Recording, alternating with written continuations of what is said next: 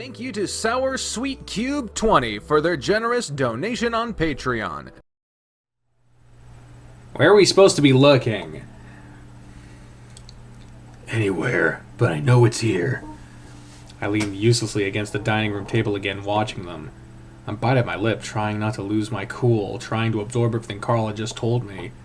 You say James Hendricks himself came to you in your dream, right? Oh, what the fuck? Carl huffs but doesn't look at me. Yep. And he told you that you had to find something? Carl gets down on his hands and knees and looks under the stove.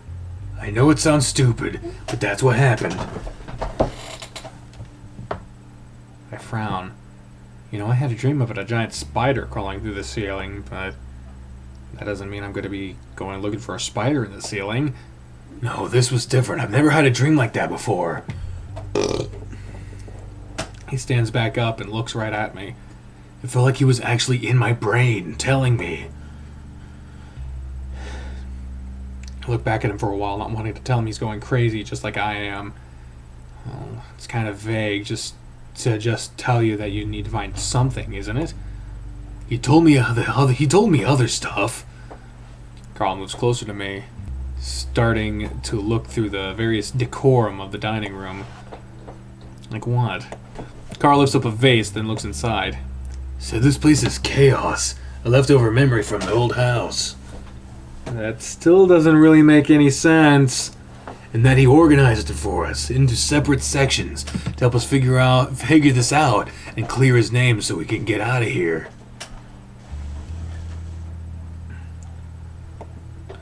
How is clearing James Hendricks' name going to end this?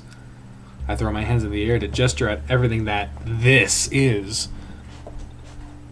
Carl bends down to look under the dining room table, then stands up right in front of me.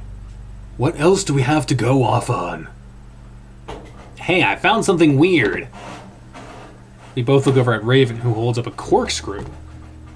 Carl turns back to me, ignoring the husky. If we find it, that locked door will open, and we'll be able to get out. If he's here, why doesn't he just show up himself and do this for us? He said he's weak, that there are other forces in this house that have more control than he does. He can only do so much. I gape at him. Do you hear yourself right now? Carl frowns, then moves past me. What does his name even need to be cleared of? I feel tears starting to sting my eyes again, but because now I think I'm the only one here who's realizing how crazy this all is. Don't you guys get what's actually going on here? Raven stops rustling through the drawers and looks up at me. You okay, Chase? No, because someone fucking kidnapped us and put us in this crazy maze dungeon, and we should be trying to figure out how we can get out. It's quiet for a moment as Raven and Carl exchange glances.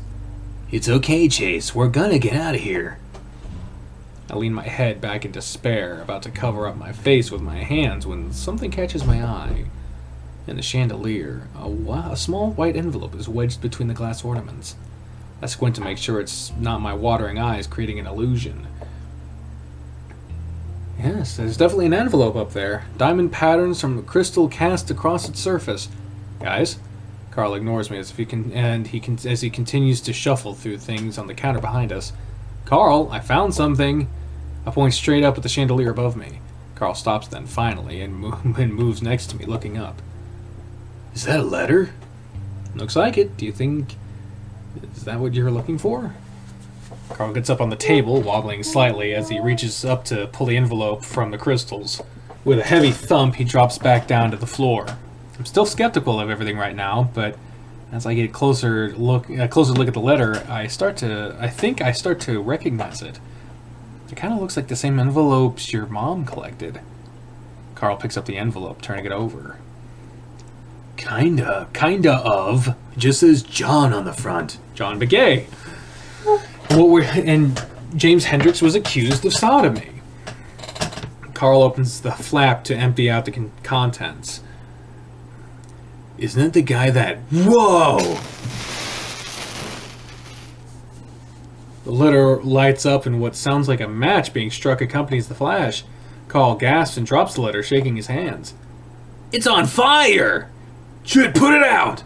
I stupidly wonder if the lights had somehow set the letter on fire as Carl starts trying to smother the letter with a sleeve. At that moment, a great moaning sound shakes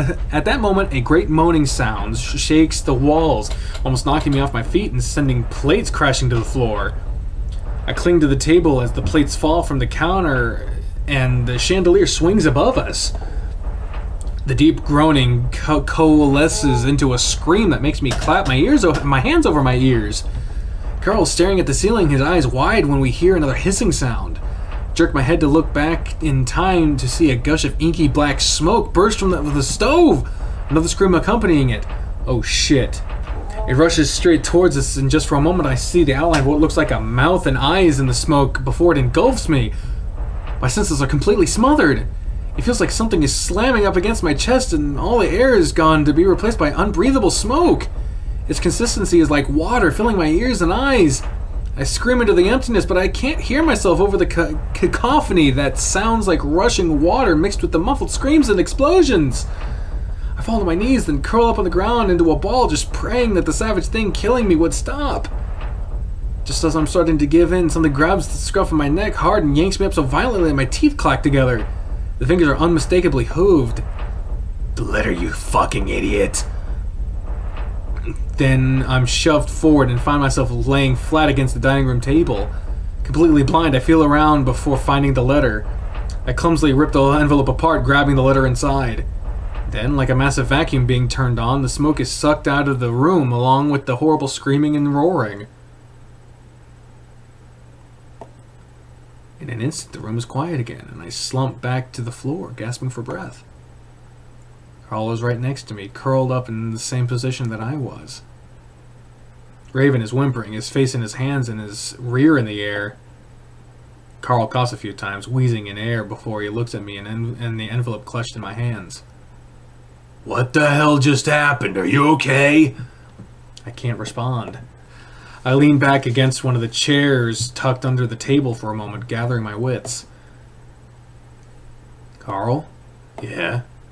If that James guy tells you anything else, just tell me and we'll do it. Carl breathes heavily in response. Raven, you okay? Raven sits a few feet from us on his knees, tongue hanging out as he gasps. Good, good. You know, that's what I saw yesterday. Yeah, I gathered that. I give a short, humorless laugh. That, and also that I'm done asking questions. I just want to get out of here. After a few moments of catching our breaths, I turn my attention back to the letter. Somehow it's completely undamaged despite catching on fire. It feels crisp and new, and the ink almost looks fresh. It definitely looks like it came from one of the bins in the crawl space. But if that were the case, then there's no way it would be in the great condition it's in. The letter itself is short, and I start to read it aloud. My dearest John, the militia grows more agitated by the hour, and I feel that they will demand a search of this mansion. If that does indeed occur, I will do everything in my utmost power to hold them off. I look over at Carl, wondering if he just wanted to read the letter instead, but he's looking right at me. They will never find the room I've left you in. Do not fear. Carl moves closer to me, his hand reaching out to grab my shoulder. Carl? But if they so much as try to lay a finger on your head, it will be the last thing they ever do. Before I can even move, Carl leans in and kisses me. What the fuck? What the fuck? What the fuck? I'm just able to get a glimpse of Raven's shocked faces before I'm practically smothered by Carl's soft, warm nose and lips. I freeze, my shoulders tensing. It's not that I'm enjoying it, it's that the kiss was so unwarranted. I'm not sure how long it lasts, but I never make a move to stop it. When Carl does finally pull back, it's awkward, and he's looking just as confused as I am. Raven sits there, openly staring at us. Carl lowers his ears, his nose growing pink. Sorry, I don't know why I just did that. I clear my throat. Yeah, right the fuck out of nowhere. I'm pretty sure this has something a little bit more than just forced romance behind it. Don't worry about it. This place is doing weird things to me too. Aw, that was cute! Raven, could you help me up? I mostly ask him so I won't dwell on what just happened. Carl clears his throat. Well, I think the door's open now. Let's go check. We make our way slowly down the hall, Raven just behind us. I lean in closer to Carl's ear so the husky can't hear. So, was that really you, or did your great whatever take control again? I don't know. I think I was still in control. Just felt like the right thing to do, you know? It looked like you already knew what the letter said. Yeah. I wait for him to go on, but he doesn't. Well, what does he need his name cleared of anyway? Being gay? I don't think people care about that stuff anymore. No, we already sort of knew that. Besides, that was basically a love letter. So, what is it that he thinks ruined his legacy? Carl thinks. I guess the idea is that he allowed his lover to die. I think people believe that he sort of just left John to die. Didn't really try to save him. This whole mess seems like a pretty roundabout way to go about that, in my opinion. But like I said earlier, I'm done asking questions. That was kind of nice. The kiss, I mean. Carl looks back at me with one green eye. Yeah? I smile a little. I guess the fact that something had been growing between us since the beginning of the week is pretty undeniable. And now we're here in this crazy alternate dimension with smoke monsters. So, fuck it, I guess. Lean forward and kiss his big soft cheek. Yeah. Carl grins and is about to say something when I catch movement out of the corner of my eye. What? Immediately afterwards, I hear a dull thump and Carl grunts, his eyes bulging out before he crumples, sending me to the floor with him. Oh my god! I yelp as my ankle bangs against the floor and I roll onto my back, teeth grit, straining to reach down to hold my foot. Whatever just hit us is standing over me now. I raise a hand feebly to hold off the next blow. When it doesn't come, I lower it and slowly look up. Jenna? What? Jenna stands there stoically, holding a what? Holding a what looks like a small wooden stool. Jenna, what? How did you get here? Jenna slowly sits the stool down, slowly seeming to recognize me. I lean forward to feel my ankle, the pain radiating from it in hot pulses. Chase, are you okay? What happened to your leg? I sprained it. Hey, Jenna, it's been a while. Guys, Carl's still fucked. I look over at Carl, who's still curled up on his side, his arms wrapped around himself. Carl, you okay? Then to Jenna. Did you hit him? Jenna walks past Carl and crouches down next to my leg. This looks really bad. Yeah. Carl, are you okay? Carl grunts and turns over to face us, a hand on his chest. Jenna, what the fuck was that?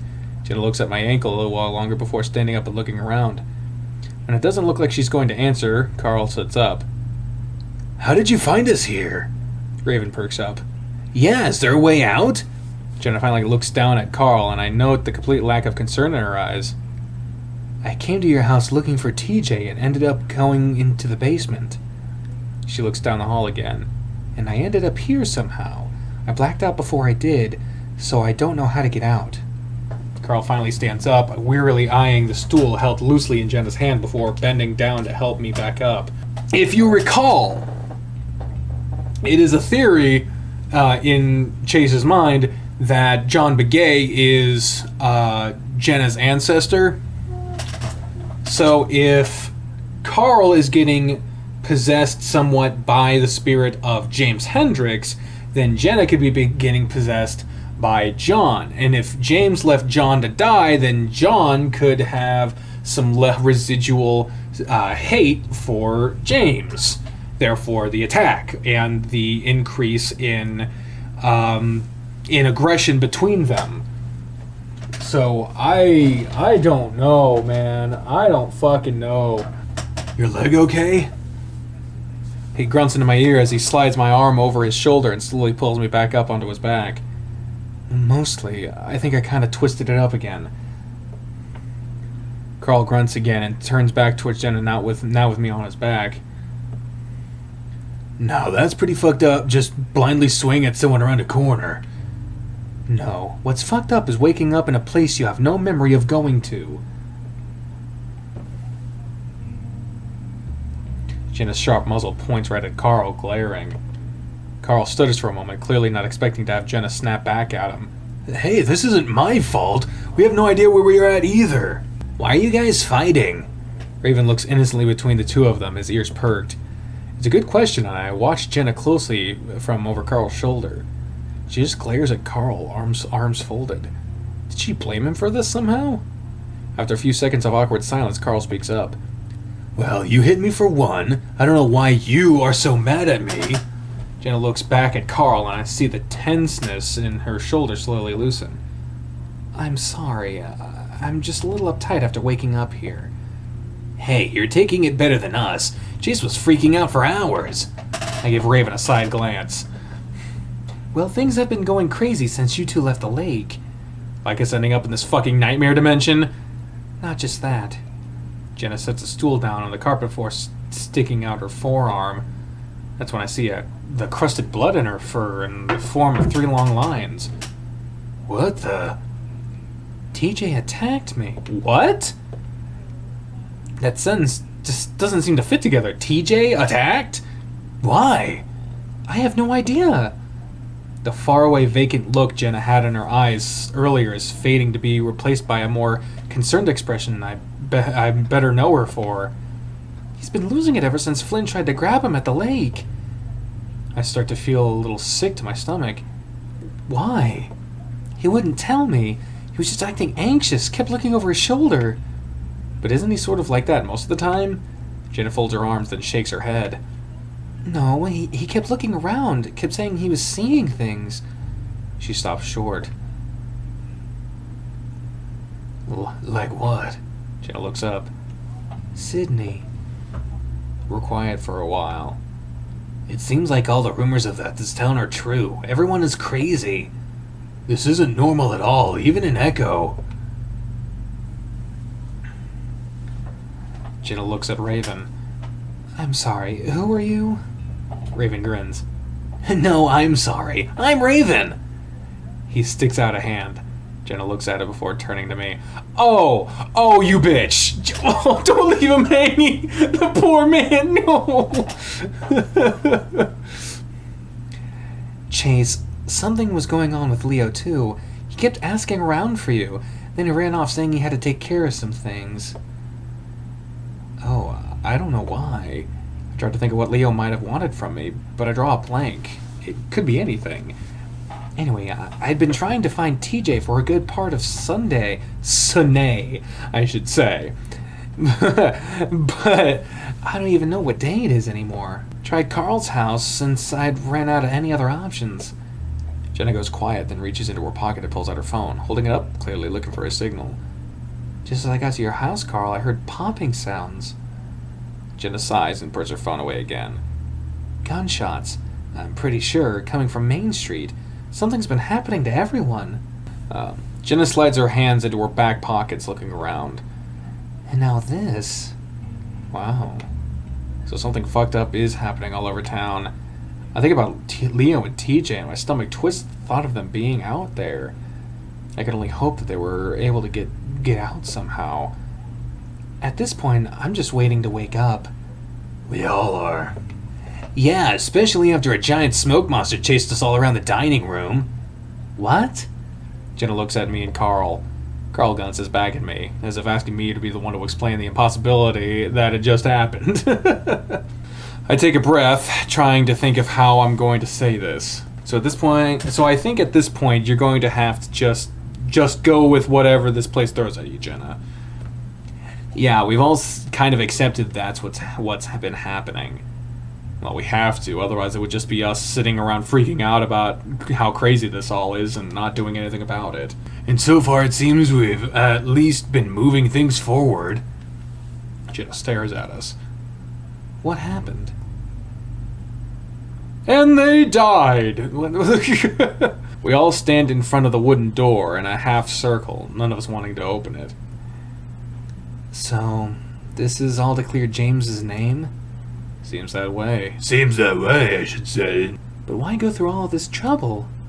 I rest on my good foot on the carpeted floor while I lean in on Carl's back, wanting to give him some relief from carrying me all the time.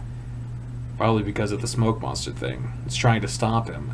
Maybe it's making all of these obstacles. Jenna had taken our whole description of what had happened in the dining room pretty well. She listened silently while I'd explained what had happened so far. So I guess if we can get his story straight, maybe get it out to the town about what really happened, we might be able to get out of here. Jenna eyes the door. You think that there's maybe a reason why this monster doesn't want James to get his information out? We're quiet for a moment. Well, we don't have much else to go on. Again, there's a long pause as we all contemplate what the hell might be behind that door. The pause is broken by a certain husky, though, as the white hand suddenly reaches out to grasp the handle. Maybe we've already done what needs to be done. I'll bet this gets us home. Raven! The heavy door pulls open slowly, with an unearthly squeal. What? For the brief moment that I am conscious, I see a black square in front of me that grows in size until it takes up my whole entire vision. What? The muscles in my back and neck seize up and my teeth clench together as my head jerks back. And then I'm falling. What? There's a rhythmic throbbing in my head, but it's hard to decide if it's coming from inside my head or outside. The next sense to come back to me is touch. I feel a cold, hard surface under my back. It probably would, judging by the way my claws sink into it. Otters have claws? I don't know. I shift around a little, but I don't feel like getting up just yet. The smell is musty and old. I'm reminded of my grandpa's woodshed, a place I'd often go when I played hide and seek. The drumming sound continues, and the rhythm makes me think that it's definitely coming from outside my body. It does. It sounds tribal in a way. Where am I? On the edges of my memory are troubling images of endless halls and rooms, the smell of decay, and a noose. But I feel like if I block it out and just go back to sleep, I can erase all of it. I almost succeed, but then something brings me right out of my reverie. Carl Chase! I grimace. The voice reminded me of something dark, cloudy. Help! The much louder yelp that follows has me rolling to my side, cracking my eyes open blearily. Now where are we? I'm in a dark room, very dark. The only source of light coming from what looks like the candle on a bedside table. A large bed sits next to it. I'm laying near the foot of the bed, and opposite me I can barely make out a wall next to which is a wooden box. Help! Raven's plaintive moan forces me to my feet, my joints cracking uncomfortably. As I drag my right foot up to stand under me, a blinding pain flashes on my leg, sending bright white across my vision. I let out a muffled scream of pain behind my clenched teeth, closing my eyes as I wait for it to subside. Memories are starting to flow back to me. There's a doorway in front of me, and I start to make my way towards it, hopping slowly on my left foot, holding the right off the ground. I come to a small hallway, one that branches to my left into a corridor of darkness. Right in front of me, however, is a set of stairs. Light glows at the bottom, and I'm pretty sure that's where Raven's voice is coming from. In fact, I'm pretty sure I can hear the other voices coming from there as well. I look down at my ankle, wincing as I see that it's gotten even bigger, more than twice its original size. I'm starting to think that it's more than a sprain. I already said that too. As I make my way down the stairs, cringing with every light hop, my stomach starts to sink. I remember now the weird mansion that we were just in, the doors and hallways, and the smoke monster. And the door we just went through, whatever's happening to us isn't over yet. Whoa, what the fuck? When I reach the bottom of the stairs, I find Jenna and Carl standing around a tall brown wardrobe. As I stand there, breathing heavily, Carl turns to see me. Chase! He immediately rushes to my side, his hooves clopping loudly against the wooden floor. I think he's simply coming over to support me, but he wraps me up in a hug. God, I keep worrying that one of us is going to disappear. I'm glad you're here. Yeah, I'm fine. I was upstairs in a bedroom, I think. The anxiety I'm feeling over the whole situation goes away just a little. I'm absorbed by the soft warmth of Carl's body. Over Carl's shoulder, I can see Jenna watching us as her eyes narrow to expression dark. I'm about to ask her what's wrong when I hear a loud bang from inside the wardrobe. Guys, are you still there? I think something touched me. Jenna turns back to the wardrobe, silent for a moment, then bends down to look at something. Guys? I hear a metallic click, then Jenna jumps back as one of the doors swings open and a black and white blur falls out like a rock. Raven's face plants neatly into the wooden floor. Ow! He stays there for a moment, moaning into the planks before Jenna bends over to help him up. Are you alright? Yeah, I just felt like something grabbed me. I look back up into the wardrobe to find a very bare and empty wooden compartment. I'm inclined to believe him, though, after everything that's happened. Where are we? It's a good question, and now with the excitement over, I take the opportunity to look around as well. Everything is wooden. The walls, the floor, ceiling. There's a large rug on the floor covered in colorful patterns and shapes. It reminds me of the art projects we do in elementary school when learning about the natives. There's a big stone fireplace and 2 rug-covered chairs in front of it. Jenna gingerly shuts the wardrobe. So, a log cabin. Does everyone remember where we were before? Yeah, that mansion place. So we're still stuck in this dimension thing? I sigh, rubbing my face with one hand while I lean against Carl with the other. I'd long ago given up on trying to figure out exactly what the hell was going on.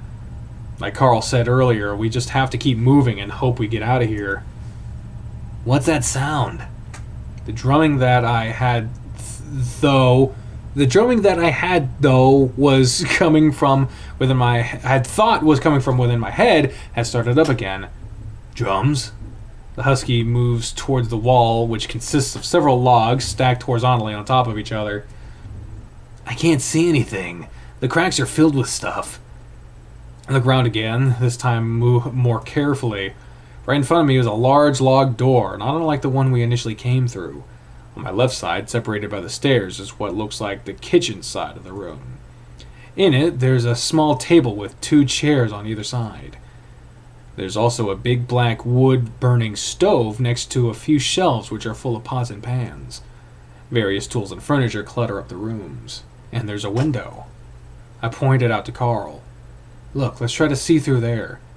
Carl pulls me into the familiar position on his back before clopping over to the window. The sound's a bit louder with my added weight.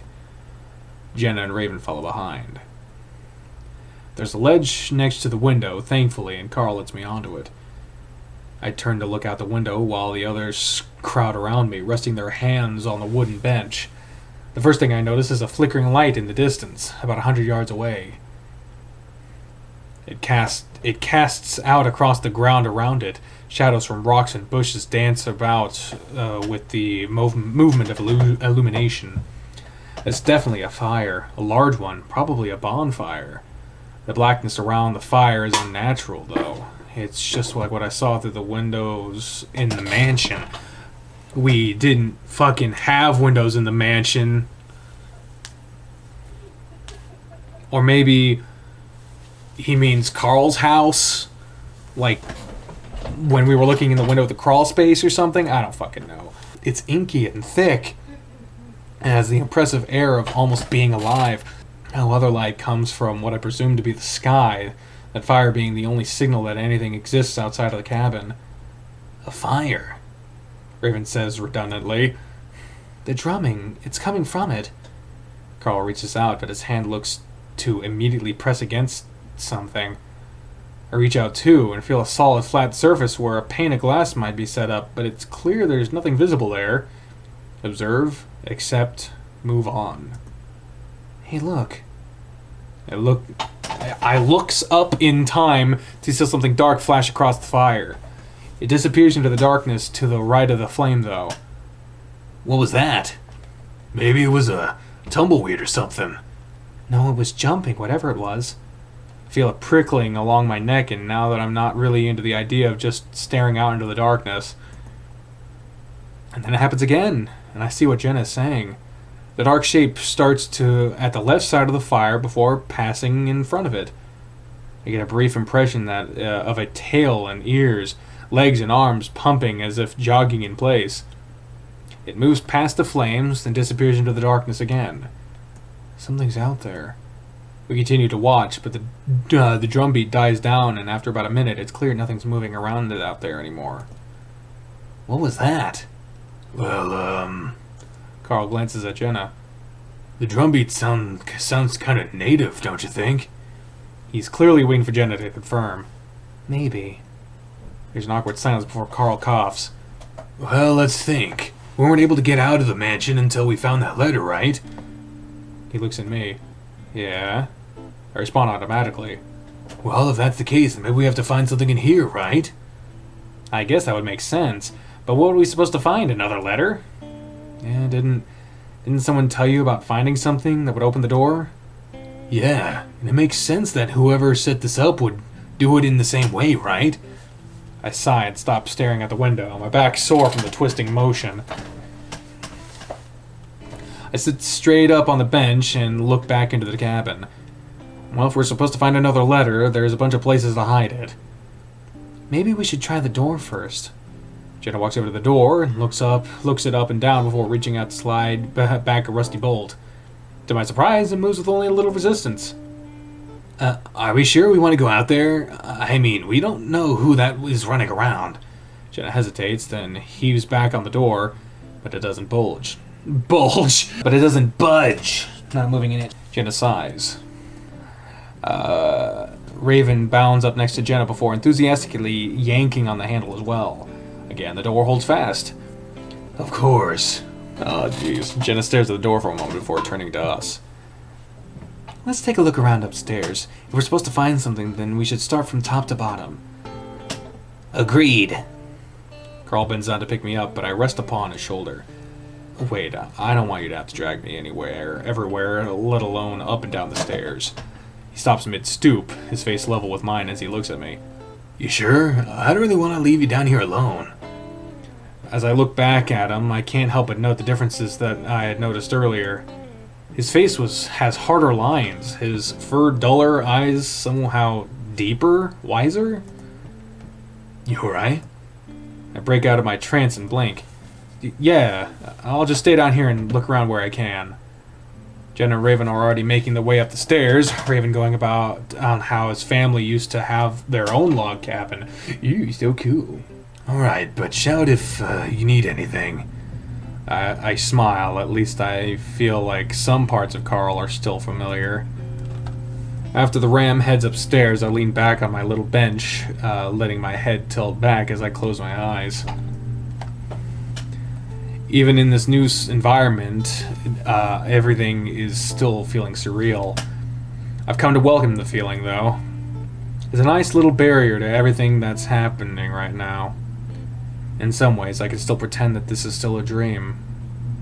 Hell, even now I'm thinking it's a dream, that I'm somehow stuck in one of my paralyses. Maybe I'm in a hospital right now and they're trying to figure out how to pull me out of it. That thought has me feeling like I'm being watched and the fur prickles around my neck. I guess it would be kind of awkward if all those doctors are just watching me right now. Maybe Carl and Jenna are there too, and Leo and Flynn and TJ. The feeling gets stronger, so I turn back around to look out the window. It's still silent, and a lonely little flame is in the distance, continues to flicker around the rocks and sagebrush. It makes me wonder how endless this world is. If we're in some type of ghost dimension being manipulated by what are basically ghost gods, then will this whole ordeal be never-ending? The thought twists my stomach up, so I stop thinking about it. I turn back around and force my eyes to start scanning the kitchen from top to bottom, looking for something, anything that might stand out. I assume I'm looking for a letter. But again, if the rules are limitless in this world, and there's no telling what it might be that we're supposed to find next. I think about vocally asking James, or whoever the hell it is, for some help. Maybe some kind of hint at least, but there's no way I'm going to get it without the others with me. I'm thinking about pushing off the bench to start limping around the kitchen when a small scratching sound catches my attention. I hold still, then lean back, tilting my ear towards the sound. It's muffled and a bit distant, but it's coming from directly to my left. Is it happening on the outside of the cabin? My fur prickles and I think about calling Carl. I can hear the three of them stomping around, talking to each other in muffled voices from upstairs. I turn around again, this time a little more tentatively. The dancing bonfire continues to glow quietly, no other movement aside from the shadows. This time a rustling sound comes from the same spot, and I instinctively turn my eyes in its direction. Carl? I raise my voice only a little bit, but their conversation carries on upstairs as if I hadn't said anything. I look up at the ceiling, then back at the window. The rustling sound continues, this time in earnest, as if something's twisting around in the brush. It's coming from just out of view of the window, right at the base of the house. I hold my breath and lean forward, stretching my neck to get a better angle and peer down into the darkness. It's really too dark to see much, or at least that's what I'm thinking. Almost as if it has its own glow. A bright white face stares back at me from the darkness. Oh shit. My mind blanks and my body seizes up. And just like that, I'm in a paralysis, forced to stare down at the white face, the black eyes. It's as if the thing is holding me with its gaze, but as it does, its features become more definable. I see tall ears, a long pointy muzzle, a band of some type across the thing's forehead. Stop it. Something says it very deliberately through their teeth right in my ear. At the same time, the face flickers and fuzzes like a TV picture with a bad reception. The head twitches and shifts, and the muzzle opens, and the cackle that comes forth is all at once terrifying and familiar. At the end, the moment I'm released, my vocal cords start working at the same time, and I let out a scream as I fall backwards. I land on the wooden floor with a loud thud that shakes the pots and pans on the shelves. The room spins, and I feel like I'm coming right out of a dream, like I've been sleeping for ages. Oh, and there they are. The next thing I know, I'm surrounded by the three faces of my friends, all looking down at me. Carl grabs me from under the arms and pulls me into a sitting position, his face worried. But there's something else too. Anger? What happened? I'm startled by his abruptness, and I stammer through an answer. It was a face out the window. What did it say? Carl, what are you doing? Raven reproaches the ram gently, his ears falling. Carl glances at the husky, then at Jenna, who's been silent so far, then back at me, slowly letting go. Sorry, I was just worried about you. What did you see? Did it say anything? It takes me a moment to find my voice. No, I didn't say anything. It just laughed. It said, stop it. You either... What did it look like? A fox, maybe? It had a band over its head. Carl's eyes narrow. Hey, I found something. I look up at Raven as he holds up a white piece of paper. What is that? Carl stands up, staring hard at the paper in Raven's hand. I don't know. Looks like a photocopy of a newspaper. Let's see. Raven turns towards the candle sitting on the desk. Jenna stands behind him. Meseta boy missing after. Whoa! Raven flinches back as the paper catches fire, illuminating the entire cabin room. Again? Her shadows dance across the log walls. The paper, which Raven had dropped, flutters to the floor, a tongue of angry flame eating it up completely before it hits the floor. I'll stare at the smoldering flake of ash on the ground. Raven, are you kidding me? But I wasn't even that close to the candle. That might have been all what we needed. But Raven stares at his hands, looking forlornly between them. With the... God, I didn't mean to do that. Between them and the candle, which seems to flicker innocently on the table. I rest my face in my hands. Well, what do we do? He wasn't near the candle. I pull my head out of my hands. Not because of what Jenna said, but because of the way she said it. Huh? I've got a side angle here. You were at least 2 feet away. There's a brief silence. Jenna, what are you talking about?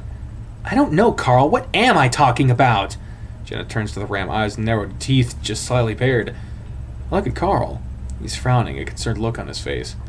Jenna, I don't know what you're talking about. I'm saying there's no way the candle burned that paper. Carl's concerned expression deepens, but there's also a hint of condensation there.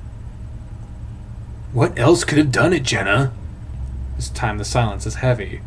I'm baffled by the interactions they've been having so far, and judging by the look on Raven's face, so is he. Hey guys, I'm sorry I burned it, but maybe we can figure something out from the title. Maseda boy missing? I look at Jenna. Yeah, Maseda, isn't that your tribe, or... Yep. I feel my face flush as I wonder if I'm being insensitive, like I think she knows everyone from the tribe. But what does that mean? A lot of people go missing out here. Well, it would have had something to do with James, right? How do we know that? I look at Carl. Are you okay, man? You've been acting really weird ever since we got here. I think we're all acting a little different after getting here, don't you think? Carl glances at Jenna. Are we fighting again? Staring at the ash on the ground, something I should have realized earlier suddenly hits me. Wait a minute. That newspaper, it kind of looked like something that came out of the crawl space tubs. What do you mean?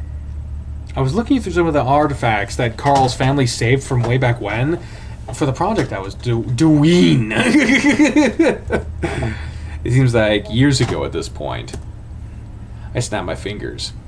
And some of the stuff was missing from it, like pages ripped out from Carl's mom's notes that had photocopies of old newspapers. So was that just a clipping from the notes? Maybe.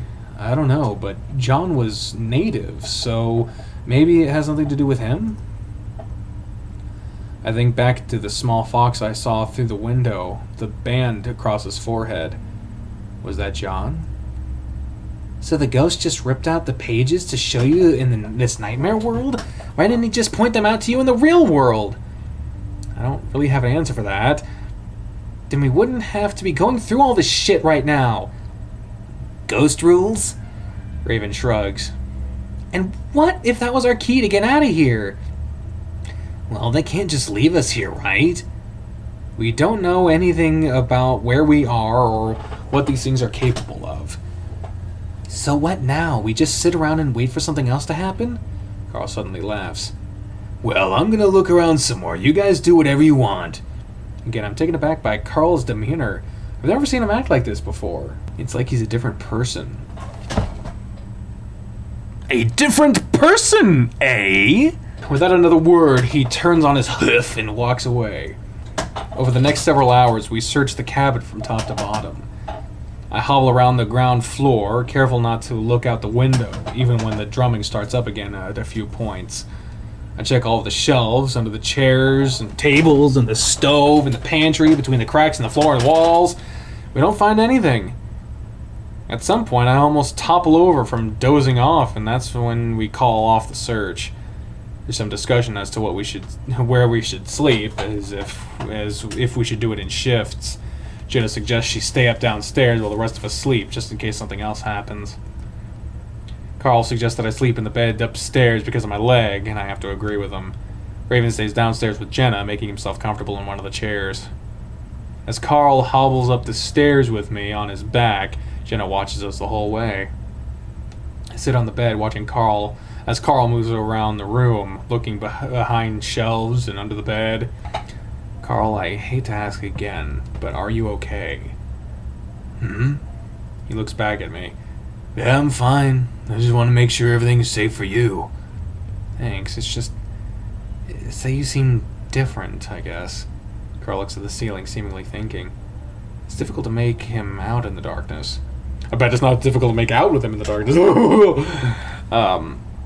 Just like when he had a sheet over his head, I get the weird feeling that who I'm looking at might not be Carl. I think it's just that this has made me grow up. I realize how useless I've been. This is sort of an opportunity for me to actually do something. Help people, you know? Yeah. Sounds nice, but I can't get rid of the nagging feeling that something's off.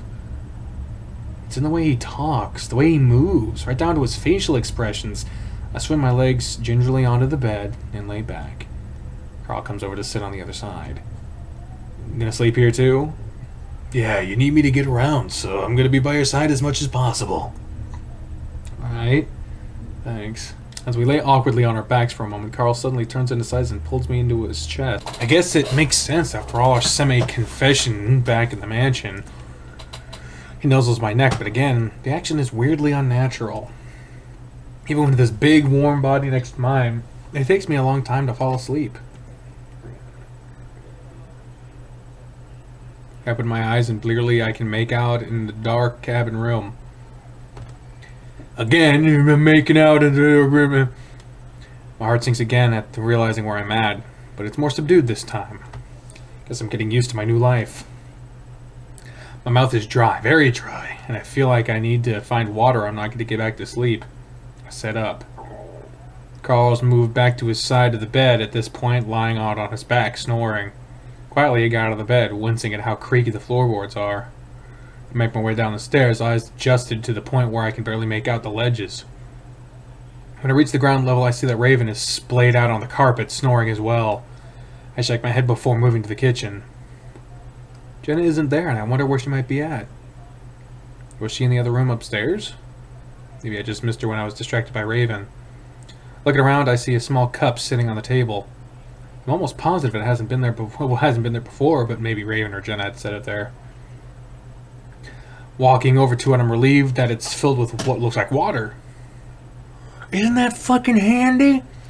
I pick it up, sniff at it, not really getting a hint of anything. Tentatively, I take a sip, and immediately spit it out. It's salty, putrid. It tastes like a jump and some sort of liquid, and some of the liquid splashes on the floor. Gingerly, I set down the cup, looking into the opposite room. Everything's still in the other room. I can't even hear Raven snoring anymore. This time I see the wardrobe move, the door specifically. I stare wide-eyed. Everything falls still again, but I don't know her move. Jenna? I whisper loudly. Jenna, hey. It wouldn't make any sense why she'd be in there. But who else would it be?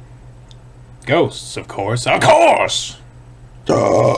I'm about to take a step forward towards the stairs, maybe. Or at least to wake Raven up. That's when the small door cracks open.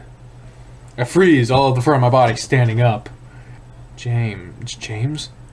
Words die on my tongue as something long and black slides out from behind the door. It dips down towards the ground, and only then does it vaguely take the shape of a foot. Another long black tendril follows, slightly ahead of the first one. When it touches the ground, it takes the shape of a hand, resting flat on the wooden floor. I choke and start to try to back away, but then the door explodes open, and I'm just barely able to make out the galloping black shape before it engulfs me. Oh, god damn it, not again! I collapse back out of the ground, twisting, trying to scream, but the thing is completely covering and smothering me. I choke and gag, feeling like I'm being suffocated, my arms pinned to my sides, legs rigid. As I try to yank away from the thing, it feels like something is freed from my mouth and I'm able to scream. Help, get it off me, help! Jeez! The surface underneath me becomes soft. The thing on top of me warm. Huh? Through bleary eyes, I look up at Carl, just able to make out the curve of his horns. Carl? I hear movement at the doorway, and I glance in the direction to find Jenna standing there, hackles raised and teeth bared. Jenna? Before I know what exactly is going on, Jenna sprints across the room and jumps on the bed. Carl didn't even have time to turn around before she snatches him up by the horns and yanks his head back violently. What the fuck? The ram lets out a choking sound as he's dragged back down and floated to the floor. Jenna jumps off the bed after him. From the sounds of it, she lands on his. What follows is a series of thuds and smacks. Weakly, I pull myself on the foot of the bed, still completely disoriented. I knew it, you motherfucking piece of shit! What I see is Jen sitting on Carl's back, swinging her fist into his head while the ram tries to cover up. You haven't changed at all! What? Jenna, stop! I roll off the bed, confused as to why I'm so weak. Pain shoots up my leg again, but this time I barely notice it. There's something around Jenna, something big and black, like a shadow, making her look much bigger than she actually is. Her fists swing and hit Carl with a force I didn't think she was capable of. As he grabs Carl by the horn again and yanks back before slamming his face back into the floor. Jenna! I lunge forward, trying to put myself between the two of them. Underneath me, Carl has gone limp. Just like Jenna, there's something black and shadowy around him as well, but it's fading, moving away. Jenna's still trying to get at Carl, reaching around me and snarling in my ear, a sound that makes my fur stand on end. Then she's gone. I look to my left and see Jenna being drawn back by Raven, his eyes wide with shock. What are you doing? Jenna struggles in the husky's grasp. I saw him, he was trying to fuck the otter. What? The otter? Jenna, stop! He was helping me! Raven continues to try and pull Jenna towards the door, but she continues to struggle. I was having a nightmare! Jenna's struggling, losing some of its vigor, but she continues to snarl in Carl's direction. Raven, please, get her out of here! Shadow around Jenna seems to shrink, and her face shows some doubt as she stares at the crumpled form of Carl. After a moment, she seems to let the husky lead her from the room, and I hear soothing tones from Raven as he leads her down the stairs. I turn back to Carl who has his arms around his head, face still buried into the ground. After a while, I see his shoulders heaving with sobs. Gently, I pull one of his arms back, and he looks up at me. This time I recognize his face. He sits there silently, looking at his hands while I work. At least nothing's broken. Damn, dude! Dude, what happened? I'm not sure if he's talking about what happened with Jenna or just everything. I've been asking that same question since we got here. He looks at his hands again. It felt different. I sit back and look him over, satisfied with having cleaned up most of his face. You were acting different too. I felt like I knew everything. I knew what I was doing.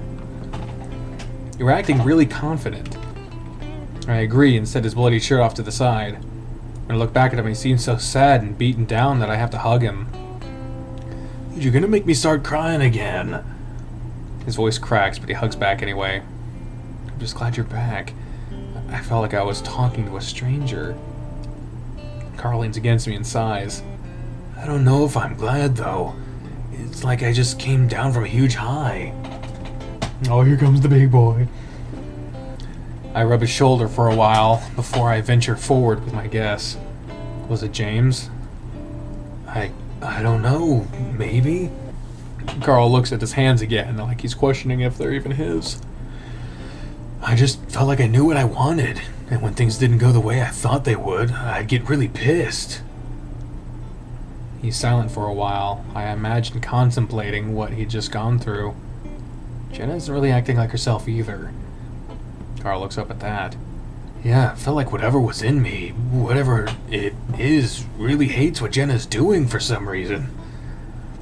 Carl looks around the room, scanning it with his dark green eyes. I feel like all of this is some kind of mental fight between James and whatever else is fighting against him. He looks back down at his hands. That's why we have to do all of this. He falls back into silence, and I don't ask any more questions, wanting him to rest a bit. There is one nagging thought that comes to my mind, though. This is kind of stupid, but what happened back in the mansion, you know, that thing between us? He looks up at me, and I feel my face flush, looking away. I guess I'm wondering if any of that was real. I mean, if it was really you feeling that way. Carl doesn't say anything, so I'm forced to look up at him. And he has a sad sort of smile on his face. Dude, I think that was the only part of me that was real. Despite where we are, despite everything that's happening, it somehow makes me incredibly happy. Happy enough to lean forward and kiss him. Oh, shit. He kisses back. In a while, it's barely more than a peck. It has what? He kisses back, and while it's barely more than a peck, it has my entire body feeling warm.